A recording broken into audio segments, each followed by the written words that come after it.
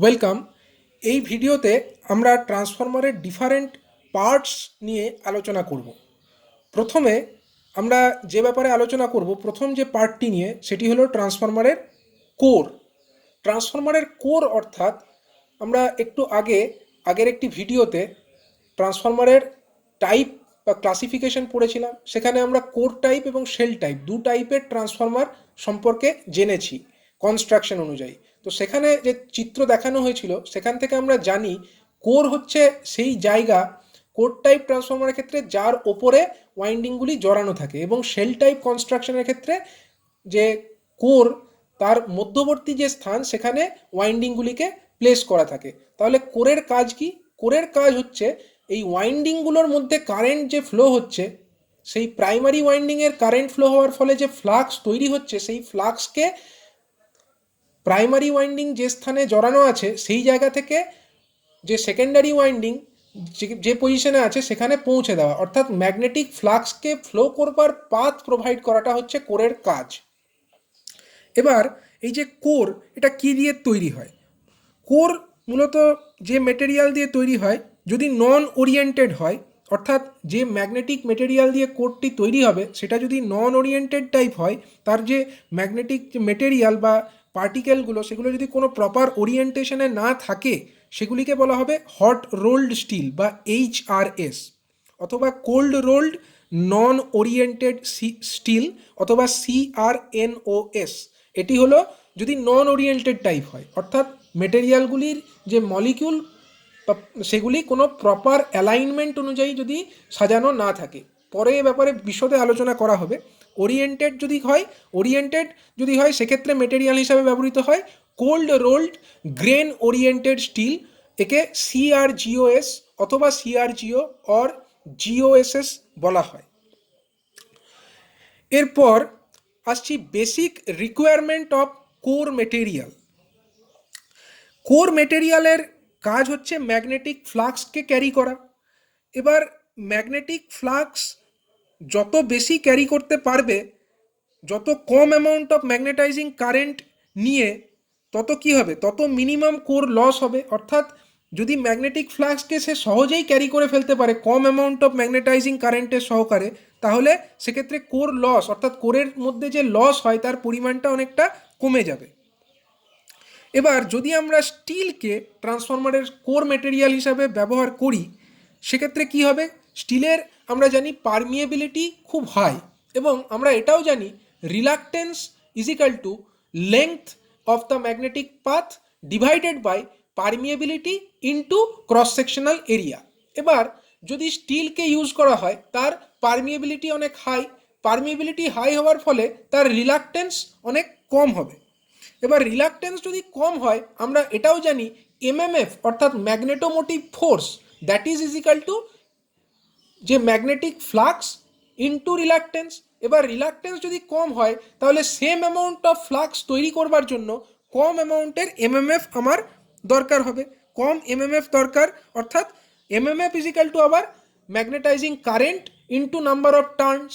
সুতরাং MMF যদি কম হয়, সেক্ষেত্রে আমাদের ম্যাগনেটাইজিং কারেন্টও কম দরকার হবে।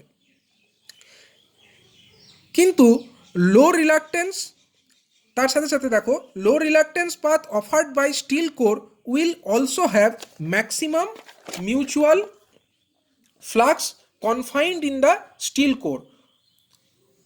এটাও একটা সুবিধা, যেহেতু এর পারমিয়েবিলিটি বেশি এবং লো রিলাক্টেন্স পাথ হওয়ার জন্য ম্যাক্সিমাম যে ম্যাগনেটিক ফ্লাক্সটা প্রাইমারি ওয়াইন্ডিংয়ের কারেন্টের কারণে তৈরি হলো, সেই ম্যাক্সিমাম অ্যামাউন্ট অফ ম্যাগনেটিক ফ্লাক্সটা কিন্তু কোরের মধ্যে কনফাইন্ড অবস্থায় থাকলো, এবং সেইটাই কিন্তু মিউচুয়ালি ফ্লাক্স হিসাবে বা মিউচুয়াল ইন্ডাকশনের জন্য সেকেন্ডারি ওয়াইন্ডিংকে লিঙ্ক করলো, এবং ম্যাক্সিমাম অ্যামাউন্ট অফ ফ্লাক্সটা যেহেতু কনফাইন্ড থাকলো, তার জন্য কিন্তু লিকেজ ফ্লাক্সের পরিমাণটা অনেক কমে গেল। সুতরাং স্টিলকে ম্যাগনেটিক মেটেরিয়াল হিসেবে ব্যবহার করার দুটি উপকারিতা পাচ্ছি আমরা। প্রথমত, এতে ম্যাগনেটাইজিং কারেন্ট কম হচ্ছে, ম্যাগনেটাইজিং কারেন্ট কম হওয়ার জন্য তার যে কোর লস তার পরিমাণটা কমে যাচ্ছে, এবং দ্বিতীয়ত এক্ষেত্রে লিকেজ যে ফ্লাক্স তার পরিমাণও কিন্তু অনেক কমে যাচ্ছে। দুটি সুবিধা থাকা সত্ত্বেও একটা ডিসঅ্যাডভান্টেজ হচ্ছে স্টিলের জন্য কোর লস বাড়ছে। এর কারণ কি?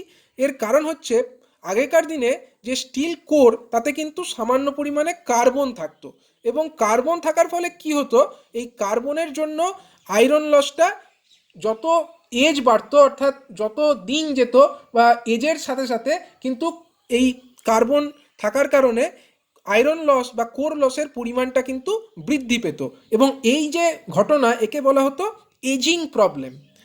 এবং এই এজিং প্রবলেম যে ঘটতো সেটাকে দূর করবার জন্যই স্টিলের মধ্যে কিন্তু সিলিকন অ্যাড করা স্টার্ট হয়। এবার এই যে সিলিকন স্টিলের মধ্যে অ্যাড করা হলো, সেই সিলিকন অ্যাড করার অ্যাডভান্টেজটা কোথায়? সিলিকন অ্যাড করলে কার্বন থাকার ফলে যে এজিং প্রবলেম হচ্ছিল, অর্থাৎ দিন যাওয়ার সাথে সাথে কোর লসের পরিমাণ বা আয়রন লসের পরিমাণটা বৃদ্ধি পাচ্ছিল, সেই বৃদ্ধি পাওয়ার ঘটনাটা কিন্তু ঘটবে না। মানে ইট রিডিউসেস বা অবভিয়েটস, মানে এটা কোর লসের ঘটনাটিকে রিমুভ করতে পারছে, বা কোর লসের বৃদ্ধি পাওয়ার যে ঘটনা দিন বাড়ার সাথে সাথে, বা যাকে আমরা এজিং প্রবলেম বলে ডিনোট করেছি, সেই ঘটনাটিকে রিমুভ করতে পারছে। দ্বিতীয়ত, it reduces the hysteresis loss, মানে সিলিকন অ্যাড করার ফলে হিস্টেরেসিস লসের পরিমাণটাও কিন্তু কমে যাচ্ছে। তৃতীয়ত, এই সিলিকন অ্যাড করবার জন্য যে মেটেরিয়াল, সেই স্টিল মেটেরিয়ালের কিন্তু রেজিস্টিভিটিটা বৃদ্ধি পাচ্ছে। রেজিস্টিভিটি বৃদ্ধির ফলে কি হচ্ছে, এখানে এডি কারেন্ট যেটা স্মল লুপ কারেন্ট ম্যাগনেটিক মেটেরিয়ালের মধ্যে তৈরি হয়, সেটার পরিমাণও কমে যাচ্ছে, কারণ রেজিস্ট্যান্স বেশি হলে এডি কারেন্টের পরিমাণ স্বভাবতই কম হবে, তার ফলে এডি কারেন্ট লসের পরিমাণটাও কিন্তু কমে যাচ্ছে। এগুলি হচ্ছে কিছু অ্যাডভান্টেজ যেটা সিলিকন অ্যাড করে আমরা পাচ্ছি। কিন্তু সিলিকন অ্যাড করলে কিছু ডিসঅ্যাডভান্টেজও আছে। যেমন সিলিকন অ্যাড করলে যে স্যাচুরেশন ফ্লাক্স ডেন্সিটি, অর্থাৎ প্রত্যেক ম্যাগনেটিক মেটেরিয়ালের একটা নির্দিষ্ট স্যাচুরেশন ফ্লাক্স ডেন্সিটি, অর্থাৎ যাকে আমরা বিএম দিয়ে ডিনোট করি, সেই বিএম এর ভ্যালুটা কিন্তু কমে যাচ্ছে। এবং দেখা গেছে, এই যে ছবিটা লক্ষ্য করো, এখানে বিএইচ একটা কার্ভ দেখানো হয়েছে, ম্যাগনেটাইজিং কার্ভ। বিএইচ কার্ভ থেকে লক্ষ্য করো, যেখানে সিলিকন কন্টেন্ট লো আছে তার ক্ষেত্রে বিএইচ কার্ভ হচ্ছে এই রকম, আর যে ক্ষেত্রে সিলিকন কন্টেন্ট হাই আছে তার যে বিএইচ কার্ভ সেটা হচ্ছে এই বরাবর। লক্ষ্য করো, এর ক্ষেত্রে স্যাচুরেশন ফ্লাক্স ডেন্সিটি হচ্ছে এতটা, অর্থাৎ হাই সিলিকন যে কন্টেন্ট আছে তার ক্ষেত্রে ম্যাগনেটিক ফ্লাক্স ডেন্সিটি এতটা, কিন্তু যেখানে সিলিকন কন্টেন্ট কম আছে সেখানে হচ্ছে এতটা, অর্থাৎ যেখানে সিলিকন কন্টেন্ট লো তার ক্ষেত্রে কিন্তু স্যাচুরেশন ফ্লাক্স ডেন্সিটির পরিমাণটা বেশি, অর্থাৎ সিলিকন কন্টেন্ট বাড়ার সাথে সাথে স্যাচুরেশন ফ্লাক্স ডেন্সিটিটা কিন্তু কমে যাচ্ছে। দ্বিতীয়ত, beyond 5% silicon content the core material becomes brittle, অর্থাৎ যে কোর মেটেরিয়াল হিসাবে এখানে ইউজ করা হচ্ছে, স্টিলের মধ্যে কিছু পরিমাণ সিলিকন অ্যাড করা হচ্ছে, এবং সেক্ষেত্রে যে 5%-এর বেশি যদি সিলিকন কন্টেন্ট থাকে তো মেটেরিয়ালটা ভঙ্গুর প্রকৃতির হয়ে যায়। এরপরে আমরা আসছি নন ওরিয়েন্টেড এবং গ্রেন যে ওরিয়েন্টেড, সেই কনস্ট্রাকশনাল ডিফারেন্সটা কীরকম। প্রত্যেকটি যে ম্যাগনেটিক মেটেরিয়াল তার মধ্যে যে ম্যাগনেটের মলিকিউল, সেগুলো কিন্তু যদি কোনো নির্দিষ্ট প্যাটার্ন অনুযায়ী সাজানো না থাকে, তাহলে সেই ধরনের যে ওরিয়েন্টেশন তাকে বলা হয় নন ওরিয়েন্টেড। এর উদাহরণ কি? HRS অর্থাৎ হট রোল্ড স্টিল, অথবা CRNO কোল্ড রোল্ড নন ওরিয়েন্টেড স্টিল। এই ধরনের কনস্ট্রাকশন দেখো, যে মলিকিউল তারা কিন্তু কোনো নির্দিষ্ট প্যাটার্নে অ্যালাইন্ড নেই, কিন্তু যদি এই ম্যাগনেটিক মলিকিউলগুলো কোনো একটা নির্দিষ্ট প্যাটার্ন বরাবর অ্যালাইন্ড আছে, এই ধরনের কনস্ট্রাকশন হলে তাকে বলা হয় ওরিয়েন্টেড স্টিল, অর্থাৎ এর উদাহরণ হচ্ছে CRGO। এক্সাম্পল হচ্ছে CRGO, cold rolled grain oriented steel. এবার এদেরকেও তো ম্যাগনেটিক কোর মেটেরিয়াল হিসাবে ইউজ করা হয়। আমরা একটু আগেই আলোচনা করেছি, দু ধরনের মেটেরিয়ালকে ইউজ করা হয়, নন ওরিয়েন্টেডও হয় অ্যাজ ওয়েল অ্যাজ ওরিয়েন্টেড মেটেরিয়ালকেও আমরা ম্যাগনেটিক মেটেরিয়াল হিসাবে ইউজ করতে পারি। তো প্রথমে আসছি HRS অর্থাৎ hot rolled steel. Hot rolled স্টিলের ক্ষেত্রে যে কনসেপ্ট আমাদের মনে রাখতে হবে, এর যে ম্যাক্সিমাম স্যাচুরেশন ফ্লাক্স ডেন্সিটি বা flux density maximum value BM দ্বারা ডিনোটেড যেটা হয়, তার ভ্যালু কত হচ্ছে 1.1 থেকে 1.45 ওয়েবার পার মিটার স্কোয়ার। এটার এই রেঞ্জের মধ্যে ম্যাক্সিমাম ফ্লাক্স ডেন্সিটি থাকে। এর থিকনেস কীরকম হয়? 0.35 অর 0.5 মিটার ফর ট্রান্সফর্মার, অর্থাৎ যে ম্যাগনেটিক মেটেরিয়াল দিয়ে ট্রান্সফরমারের কোর বানানো হয় সেগুলি অ্যাকচুয়ালি ল্যামিনেটেড শিট হিসাবে থাকে এবং সেই ল্যামিনেটেড শিটগুলিকে অ্যাসেম্বল করে একটা কোরকে তৈরি করা হয় এবং এই ল্যামিনেটেড করে শিটগুলোকে বানানোর একটি কারণ যাতে এডি কারেন্ট লসের পরিমাণ কম থাকে। তো এই যে এক একটি শিট তার থিকনেস কত, যদি আমার HRS অর্থাৎ হট রোল স্টিল ব্যবহার করা হয় তার থিকনেস হচ্ছে 0.35 mm অথবা 0.5 mm, এই দুটি থিকনেসের ইউজ করা হয়। আর স্ট্যাকিং ফ্যাক্টর এই HRS এর ক্ষেত্রে স্ট্যাকিং ফ্যাক্টর হচ্ছে 0.9 থেকে 0.92। এতে সিলিকন কন্টেন্ট থাকে 0 থেকে 4% মতো এবং এই HRS এর কতগুলি গ্রেড থাকে, গ্রেডগুলির নাম হচ্ছে গ্রেড 92, গ্রেড 86, গ্রেড 80, গ্রেড 74 এবং এই যে বিভিন্ন গ্রেড সেগুলি কিসের ওপরে ডিপেন্ড করে, সেগুলি হচ্ছে কত পার্সেন্ট সিলিকন ওই HRS এর মধ্যে ইনসার্ট করা আছে তার উপরে ডিপেন্ডেন্ট। এবার এখানে একটি ফ্যাক্টরের কথা বলা হয়েছে, সেটি হচ্ছে স্ট্যাকিং ফ্যাক্টর। স্ট্যাকিং ফ্যাক্টর জিনিসটা কি? স্ট্যাকিং ফ্যাক্টর হলো যে ফাই ইজিক্যাল টু আমরা জানি বিএম ইন্টু এআই, যেখানে phi equal to flux, magnetic flux, BM equal to magnetic flux density and AI is the net iron area, মানে আয়রনের যে মানে কোরের যে নেট এরিয়া তাকে আমরা এআই দিয়ে ডিনোট করছি। এবার এই এআই মানে নেট আয়রন এরিয়া, কিন্তু অ্যাকচুয়ালি যে আয়রন বা কোর মেটেরিয়াল তার ওপরে কিছু ইনসুলেশন টাইপের মেটেরিয়াল থাকে বা কিছু ভার্নিশ জাতীয় মেটেরিয়াল থাকে, যার ফলে তার যে ওভারঅল থিকনেস সেটা কিন্তু এর অ্যাকচুয়াল থিকনেসের থেকে কিছুটা বেশি হচ্ছে, অর্থাৎ নেট আয়রন এরিয়া এআই তার তুলনায় কিন্তু যে গ্রস আয়রন এরিয়া সেটা কিন্তু তুলনায় বেশি হবে এবং গ্রস আয়রন এরিয়াকে আমরা ডিনোট করছি AGI দিয়ে। G stands for gross and I stands for iron, so AGI means gross iron area, that is equal to AI, that is net iron area plus area occupied by the insulations। এবং stacking factor that is KSF, stacking ফ্যাক্টরকে আমরা KSF দিয়ে denote করছি, net iron area by stacking factor equal to হচ্ছে AGI, অর্থাৎ আমরা stacking factor সমান লিখতে পারি KSF that is equal to AI by AGI, that is net iron area and gross iron area, এই দুটি এরিয়ার রেশিওকে আমরা বলবো স্ট্যাকিং ফ্যাক্টর। এবং HRS অর্থাৎ হট রোল স্টিল যদি ব্যবহার করা হয় তার ক্ষেত্রে এই স্ট্যাকিং ফ্যাক্টরের মান হচ্ছে 0.9 থেকে 0.92 এর মধ্যে।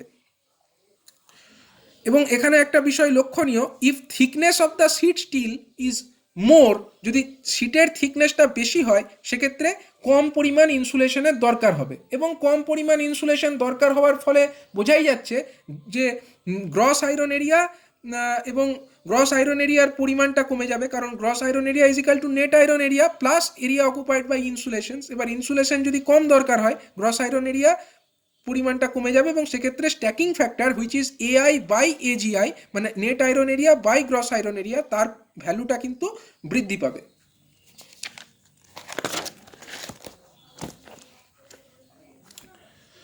এবং আরেকটা বিষয় লক্ষণীয়, যদি স্টিলের সারফেসটা স্মুথ হয় তার ক্ষেত্রেও কিন্তু স্ট্যাকিং ফ্যাক্টরটা বেটার হবে অর্থাৎ একের কাছাকাছি হবে।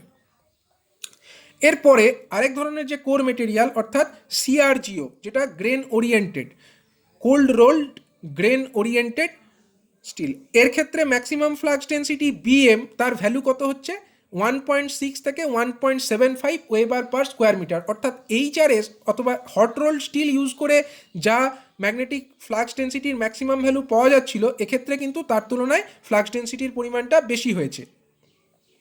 দ্বিতীয়ত এর স্ট্যান্ডার্ড থিকনেস হচ্ছে 0.35 অ্যান্ড 0.33 mm, এই দুটি থিকনেস। অ্যান্ড স্ট্যাকিং ফ্যাক্টর দেখো, স্ট্যাকিং ফ্যাক্টরের ভ্যালু এর ক্ষেত্রে কিন্তু 0.96 টু 0.98, অর্থাৎ এর আগে যে হট রোল স্টিল ছিল তার তুলনায় কিন্তু এর ক্ষেত্রে স্ট্যাকিং ফ্যাক্টরের পরিমাণটা তুলনায় বেশি। এবং টিপিক্যাল গ্রেড কী কী হয়, এর ক্ষেত্রে টিপিক্যাল গ্রেডগুলি হলো গ্রেড 51, গ্রেড 46, গ্রেড 41 এবং এই যে বিভিন্ন রকমের গ্রেড তাতে কিন্তু স্পেসিফিক আয়রন লস, অর্থাৎ এই যে কোর মেটেরিয়াল হিসাবে যদি এই গ্রেডের CRGO আমরা ব্যবহার করি তার ক্ষেত্রে কতটা আয়রন লস হবে, পার কেজিতে কত ওয়াট আয়রন লস হবে তার একটা মাপ দেওয়া আছে, যেমন গ্রেড 51-এর ক্ষেত্রে স্পেসিফিক আয়রন লস তার ভ্যালু হচ্ছে 1.11 ওয়াট পার কেজি, গ্রেড 46-এর ক্ষেত্রে 0.97 ওয়াট পার কেজি, গ্রেড 41-এর ক্ষেত্রে স্পেসিফিক আয়রন লস 0.87 ওয়াট পার কেজি। অর্থাৎ গ্রেডটা দেখো যত কমছে স্পেসিফিক আয়রন লসের পরিমাণটাও কিন্তু তত কমছে। এবং সিলিকন কন্টেন্ট এর ক্ষেত্রে হবে লেস দ্যান 3.5%। অর্থাৎ সিআরজিওকে যদি আমরা কোর মেটেরিয়াল হিসাবে ইউজ করি সেক্ষেত্রে সিলিকন কন্টেন্টের পরিমাণটি 3.5%-এর থেকে কম হবে। এবং এক্ষেত্রে আরেকটি বিষয় লক্ষণীয় যে সিআরজিওকে যদি আমরা কোর মেটেরিয়াল হিসাবে ব্যবহার করি তাহলে আমাদেরকে এইটা লক্ষ্য রাখতে হবে যে ডাইরেকশন অফ ফ্লাক্স যেন ডাইরেকশন অফ গ্রেন ওরিয়েন্টেশনের সঙ্গে সেম হয়। যদি ডাইরেকশন অফ ফ্লাক্স এবং direction of grain orientation different হয়ে যায় সেক্ষেত্রে কিন্তু ম্যাক্সিমাম ফ্লাক্স ডেন্সিটি, যেটা এক্ষেত্রে আমরা 1.6 থেকে 1.75 পাচ্ছিলাম, তার থেকে অনেক কমে যাবে এবং সেক্ষেত্রে ম্যাক্সিমাম ফ্লাক্স ডেন্সিটির পরিমাণ কিন্তু এইচআরএস-এর থেকেও কমে যেতে পারে। ডাইরেকশন অফ গ্রেন ওরিয়েন্টেশন, এখানে লেখাটি ভুল আছে, মানে advantage of using CRGO may be best explored if direction of flux coincide with the direction of grain orientation. Direction of grain orientation, and if the direction of flux path and direction of rolling are mutually perpendicular to each other then it can be even worse than HRS, মানে তখন কিন্তু এটা HRS এর থেকেও কম flux ডেন্সিটিতে কাজ করবে। আরেকটি মেটেরিয়ালকে আমরা ইউজ করতে পারি অ্যাজ এ কোর মেটেরিয়াল, সেটা হচ্ছে অ্যামোরফাস মেটাল। এটাকে অনেক সময় গ্লসি মেটালও বলা হয়। এতে 80% আয়রন থাকে, প্লাস নিকেল অ্যান্ড কোবাল্ট থাকে, প্লাস এক দুটো মেটালয়েডস থাকে, metalloids like carbon, boron, silicon. And এই মিক্সচারটাকে হিট করা হয়, তারপরে এটাকে ঠান্ডা করা হয় রোলিং ড্রামের ওপরে খুব হাই স্পিডে। এবং এক্ষেত্রে এর যে ম্যাক্সিমাম ফ্লাক্স ডেন্সিটি হচ্ছে 1.5 টেসলা অর্থাৎ 1.5 weber per square metre. Saturation flux density এর পরিমাণ হচ্ছে 1.5 ওয়েবার পার স্কোয়ার মিটার বা টেসলা। এটা কিন্তু সিআরজিওর তুলনায় কম, কারণ সিআরজিওতে এটা 1.6-এর কাছাকাছি ছিল। And core loss it is around 30% of CRGO, মানে সিআরজিও কোর ইউজ করে আমরা যে কোর লস পাবো তার থেকেও কিন্তু কম। এক্ষেত্রে কিন্তু কোর লসটা হচ্ছে 30% of CRGO at identical frequency এবং maximum flux density. Same frequency এবং সেম ফ্লাক্স ডেন্সিটিতে যদি আমরা সিআরজিও কোর ইউজ করি এবং যদি আমরা এই অ্যামোরফাস মেটালের কোর ইউজ করি, দেখা যাবে যে অ্যামোরফাস মেটালের কোর ব্যবহার করলে সেক্ষেত্রে যে কোর লস পাওয়া যাচ্ছে সেটা সিআরজিও কোর ব্যবহার করে যে কোর লস পাওয়া যেত তার 30%-এর কাছাকাছি। এবং এটা কিন্তু খুব হার্ড এবং খুব শক্ত এবং স্পেশাল টুল দরকার এই ল্যামিনেশনসগুলোকে প্রপার সাইজে শিয়ার বা কাটবার জন্য, এবং এটা কিন্তু অনেক কস্টলি। সেই কারণে কোর লস কম হওয়ার সত্ত্বেও কিন্তু আমরা সিআরজিওকেই মেনলি কোর মেটেরিয়াল হিসাবে ইউজ করে থাকি। গ্লসি মেটাল এটা ব্যবহার করলে যদিও কোর লসের পরিমাণটা অনেক কমে যাচ্ছে, কিন্তু যেহেতু এটার কস্ট অনেক বেশি সেই কারণেই সিআরজিওকেই কিন্তু মেনলি ট্রান্সফরমারের কোর মেটেরিয়াল হিসাবে ব্যবহার করা হয়।